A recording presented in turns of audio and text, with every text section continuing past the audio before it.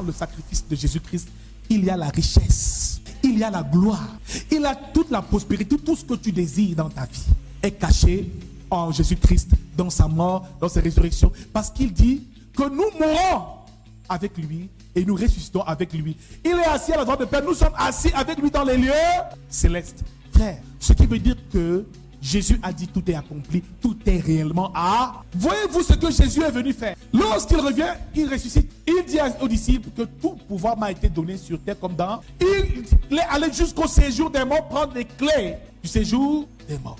Donc Jésus est venu accomplir une œuvre partout. Le problème de l'Église, c'est que nous avons la pleine conscience des œuvres du monde des ténèbres. Mais nous n'avons pas la pleine conscience de la grâce que nous avons reçue en Jésus-Christ, de sa mort, de sa résurrection, de sa crucifixion, de sa glorification. Donc pourtant, toutes les bénédictions découlent de cela.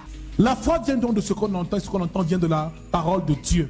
Ce que tu entends, tu commences à y croire. Donc bien aimé dans le Seigneur, Jésus, sur la croix, a dépouillé les autorités. Il a dépouillé Satan de son pouvoir. Donc en réalité, Satan n'a plus de pouvoir sur toi. Bien aimé, le diable n'a plus de... Est-ce que tu le réalises? Quand tu passes le temps à couper les liens, à chasser les démons tous les jours, quand tu passes, on te persécute ici, est-ce que tu réalises que l'un des réels problèmes que le monde connaissait, que les hommes avaient, c'était que le diable nous persécutait? Ce problème a été résolu à la croix. Donc Jésus a vaincu. Donc même la mort...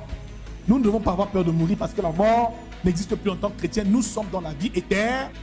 As-tu conscience de cela? Regarde quelqu'un, dis-lui, as-tu conscience de cela? As-tu conscience de la grâce reçue? Il a dépouillé les dominations.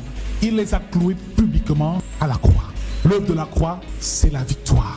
Il dit par la suite, voici, je vous ai donné le pouvoir de marcher sur les serpents et sur les...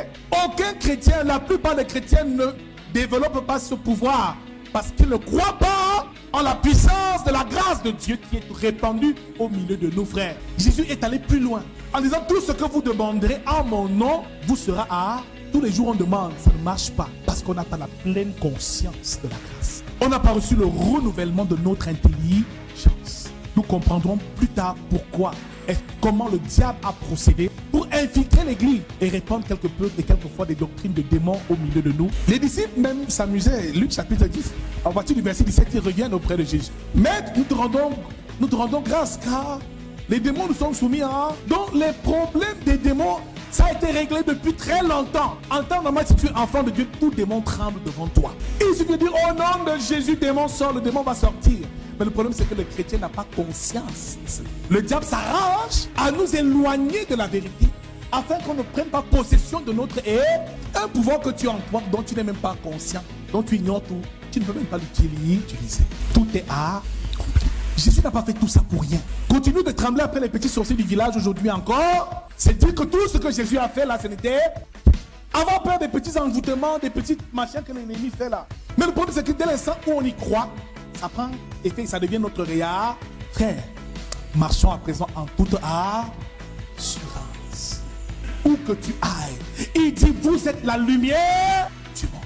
Vous êtes le sel de la terre. Il dit, tu as la capacité de dire, ôte-toi cette montagne, ôte-toi de là et jette-toi dans la mer. Jésus disait des choses incroyables. Même de recevoir des morts, tout ce qui neutralise notre et muselle notre capacité d'accomplir des miracles, c'est parce qu'on n'a pas la pleine conscience de la grâce. Nous allons cette année développer la conscience de la grâce. Et dès qu'on va développer ça, frère, les miracles qui vont s'en produire au travers de tes mains, tu vas te demander, Seigneur, est-ce que c'est possible?